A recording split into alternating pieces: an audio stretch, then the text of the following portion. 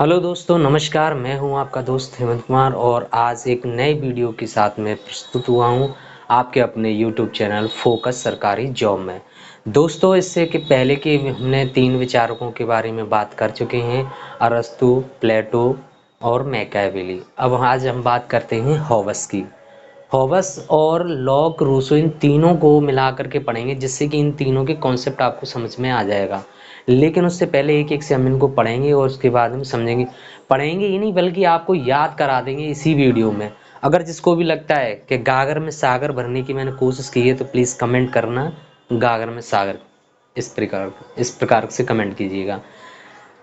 ये जो आपको जो मैं इस वीडियो में ये जो चीज़ें मैं आपको देने जा रहा हूँ वो आप पढ़ने में 8 दिन लगा देंगे, वो मैं आपको 8 से 10 मिनट में देने वाला हूँ।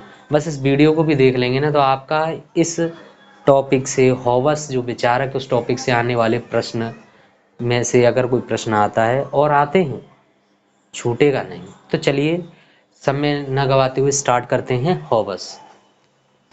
हॉब्स का जन्म दोस्तों 5 अप्रैल 1588 ईस्वी को, 5 अप्रैल 1588 ईस्वी को इंग्लैंड में हुआ था। इंग्लैंड में भी मासाम्बरी जो एक स्थान है वहाँ पर हुआ था, और इसके पिता एक पादरी थे। इनकी एक प्रसिद्ध पुस्तक है लेवियाथन। लेवियाथन, ठीक है। लेवियाथन और होवस के बारे में जानकारी जानने के लिए, उसकी स्थिति, उसकी मनोस्थिति और राजनीतिक विचारों को जानने के लिए हमें उस समय इंग्लैंड की राजनीतिक स्थिति को समझना पड़ेगा, जिससे कि होवस के बारे में हमें बहुत अच्छे से याद भी हो जाएगा और समझ में आएगा। तो देखिए, जब इसका जन्म हुआ था तब वहाँ इंग्लैंड में जेम्स प्रथम का शासन था, और जेम्स प्रथम दैवीय उत्पत्ति सिद्धांत के समर्थक थे। किसके थे? दैवीय उत्पत्ति के सिद्धांत के समर्थक थे। इन्होंने क्या किया, जो इंग्लैंड की संसद थी और जो सांसद अपने विचारों को रखते थे उनको अस्वीकार किया। सांसद की बातों को अस्वीकार किया, तो इसलिए इंग्लैंड में क्या हो गया, तनाव की स्थिति हो गई थी। तनाव की स्थिति हो गई तो कुछ समय पश्चात 1625 ईस्वी में, 1625 ईस्वी में यहाँ पर चार्ल्स प्रथम, जेम्स प्रथम के बाद उसका पुत्र चार्ल्स प्रथम 1625 ईस्वी में गद्दी पर बैठा। कुछ समय तक तो उसने सांसदों की बातों को स्वीकार किया। आगे चलकर 1629 ईस्वी में संसद को ही उसने भंग कर दिया। किसने? चार्ल्स प्रथम ने। 11 वर्ष बाद 1640 ईस्वी में संसद को पुनः बुलाया गया, और विचारों में सांसद और चार्ल्स प्रथम के विचारों में मतभेद हो गया। मतभेद के कारण 1642 ईस्वी में गृह युद्ध हो गया। इसको इंग्लैंड की खूनी क्रांति भी कहते हैं, क्योंकि यहाँ शासक और जनता के बीच में एक आपसी कलह और गृह युद्ध जैसी स्थिति हो गई थी। और इस युद्ध की समाप्ति कब हुई? 1649 ईस्वी में। लगभग 7 साल तक यह गृह युद्ध चलता रहा, और ये जब इसको चार्ल्स प्रथम को फांसी दी गई और इसे युद्ध समाप्त हुआ। चार्ल्स प्रथम की मृत्यु के बाद उसका पुत्र चार्ल्स द्वितीय गद्दी पर बैठा फ्रांस में। इसने चार्ल्स द्वितीय, जब उसके पिता को फांसी दे दी गई चार्ल्स प्रथम को, तो चार्ल्स द्वितीय गद्दी पर बैठता। उससे पहले ही वहां पर जनता का शासन हो गया, और चार्ल्स द्वितीय ने क्या करा, फ्रांस में जाकर के शरण ली। इंग्लैंड से भाग करके फ्रांस में शरण ली। अब आते हैं होवस। यही हम इस चीज को लाना चाह रहे थे कि किस तरीके से होवस का राजनीतिक जीवन घूमता है, किस तरीके से उसके विचारों में जो उसने राजतंत्र का समर्थन किया, क्यों किया, वह सारी चीजें आपको स्पष्ट हो जाएंगी। जैसे चार्ल्स द्वितीय ने फ्रांस में शरण ली, होवस के पिता भी राज दरबार में थे, आपको पता है, मैंने यहाँ बताया था, पादरी थे। तो अतः इन्हें भी गिरफ्तारी का भय था, इसलिए इन्होंने होवस सहित फ्रांस में शरण ली। और जब फ्रांस में शरण ली तो वहीं पर 1651 ईस्वी में, 1651 ईस्वी में होवस ने लेवियाथन नामक पुस्तक लिखी, जिसमें उसने निरंकुश राजतंत्र का समर्थन किया। तो अब आपको डेट याद हो गई होगी कि 1651 कैसे आई। उसने अगर पूछ लेता है कि होवस ने ये लेवियाथन पुस्तक कहाँ लिखी थी, तो आप बता सकते हैं फ्रांस में लिखी थी, जबकि वो रहने वाला या उसका जन्म कहाँ हुआ था, इंग्लैंड में हुआ था। और कब लिखी थी? 1651 ईस्वी में। 1651 जब चार्ल्स द्वितीय 1660 इसमें सत्ता प्राप्त हुई, सत्ता परिवर्तन हुआ, जनता का हट गया और राजतंत्र पुनः हावी हुआ। तो 1660 ईस्वी में जब चार्ल्स द्वितीय को सत्ता प्राप्त हुई तो उसने अपने समर्थकों को वापस बुला लिया। इसी क्रम में होवस भी फ्रांस से इंग्लैंड आ गया। चार्ल्स द्वितीय ने होवस के राजनीतिक जीवन पर प्रतिबंध लगा दिया और उन्हें पेंशनर बना दिया। किसने? चार्ल्स द्वितीय ने। चार्ल्स द्वितीय ने क्या किया? होवस के जो राजनीतिक जीवन है उस पर प्रतिबंध लगा दिया और कहा कि आप अब राजनीति के बारे में अपने विचार न दे करके आप स्वतंत्र हैं और एक पेंशनर है, आपको एक निश्चित आय आपको मिलती रहेगी। अब देखिए होवस का ये, अब हम बात करेंगे होवस के क्या विचार थे, किस तरीके से। तो ये पुस्तक के बारे में मैंने बताया लेवियाथन, आप समझ भी गए होंगे कि किस तरीके से उसने लेवियाथन लिखी।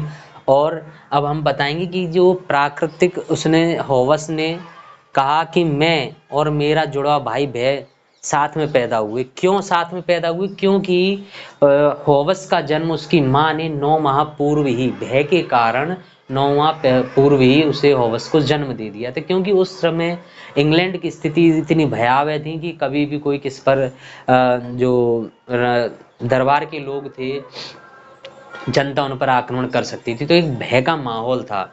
उस भय से और डर से 9 माह पूर्व होवस का जन्म हो गया था। इसलिए उसने कहा कि मैं और मेरा जुड़वा भाई एक साथ, यानी जुड़वा पैदा हुए हैं, भय और होवस। याद रखना, ये किसने कहा? होवस ने। ये कथन पूछा जाता है, बहुत ही इंपॉर्टेंट है। और एक इसका होवस ने एक मूल मंत्र दिया है, स्वयं को पढ़ो, यानी खुद को पढ़ो, स्वयं को पढ़ो। ये किसने मूल मंत्र दिया है? ये दिया है आपके होवस ने दिया है। ठीक है। अब नेक्स्ट देखते हैं होवस की पुस्तक जो थी, होवस की जो पुस्तक थी वो फ्रांसीसी विचारक गोडाल्फिन एक विचारक थे, फ्रांसीसी विचारक थे, उनको समर्पित थी। इसी पुस्तक में मानव स्वभाव को बुरा बताया गया और निरंकुश राजतंत्र का समर्थन किया गया। होवस ने क्या किया था कि जो उसने मानव स्वभाव को बुरा बताया। क्यों बताया बुरा? आपको समझिए कि वहां की स्थिति ऐसी भयावह थी, गृह युद्ध चल रहा था, राजतंत्र पर जनता हावी हो रही थी।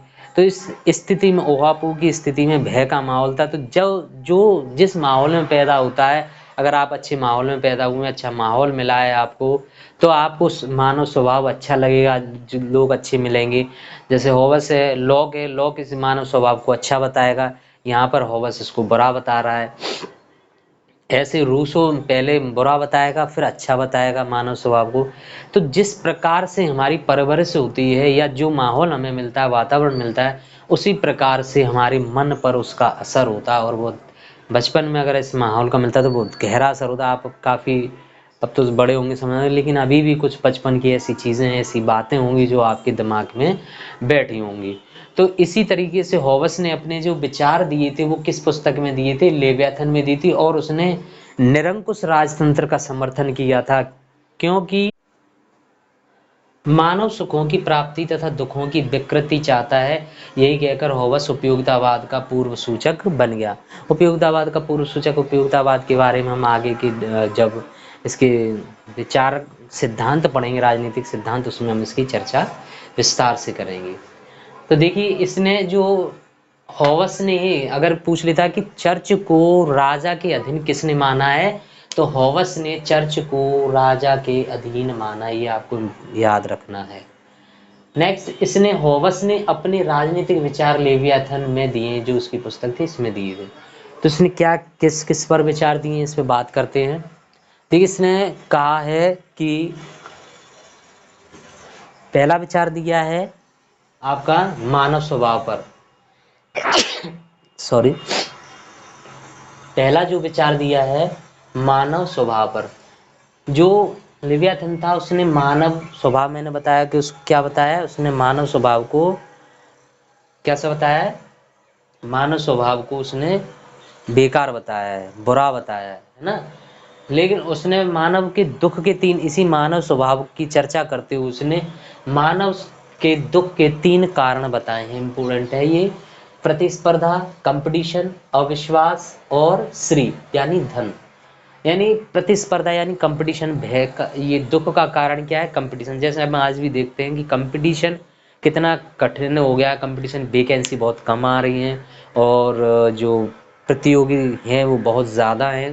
तो उनमें क्या है? कंपटीशन है और कुछ लोग जो पास हो जाएंगे, फाइनल सिलेक्शन हो जाएगा, उन्हें सुख की प्राप्ति होगी, उन्हें अच्छा लगेगा, लेकिन जो नहीं होंगे तो उन्हें दुख होगा, पास नहीं हुई। तो वही चीज़ यहाँ पर उन्होंने बताया।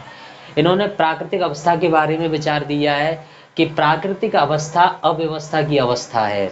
हॉबस ने कहा कि जो प्राकृतिक अवस्था थी वह अव्यवस्था की अवस्था थी, यानी कोई व्यवस्था नहीं थी प्राकृतिक अवस्था में। और प्राकृतिक अवस्था को उन्होंने बुरा बताया कि उसने कहा है कि प्राकृतिक अवस्था में मानव कैसा था? नीरस था, दुखी था और निर्जन था।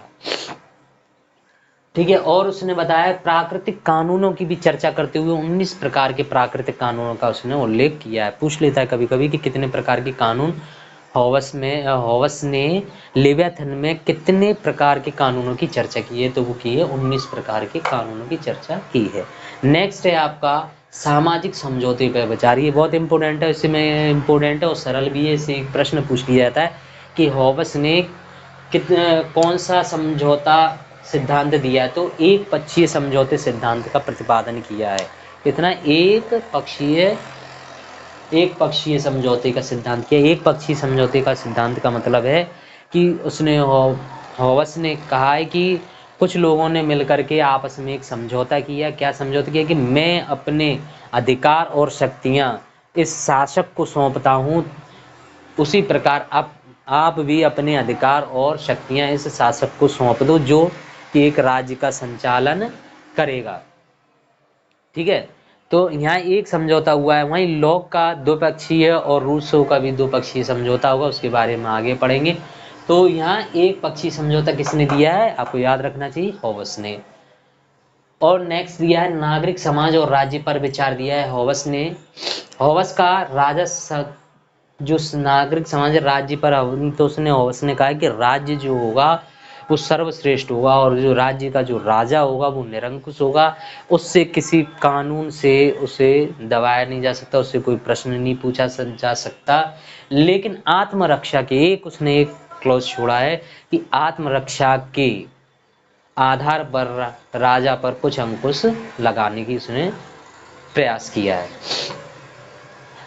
तो उसने हॉबस के अनुसार राज्य, सरकार और नागरिक, इन तीनों को मिलाकर उसने कॉमनवेल्थ का, ये वेरी वेरी इंपॉर्टेंट क्वेश्चन है, ये पूछा जाता है कि राज्य, सरकार और नागरिक को क्या कहा है हॉबस ने? तो कॉमनवेल्थ का। ये तीनों को आपको याद रखना चाहिए। राज्य, सरकार और नागरिक, इन तीनों को क्या कहा गया है? कॉमनवेल्थ कहा गया है।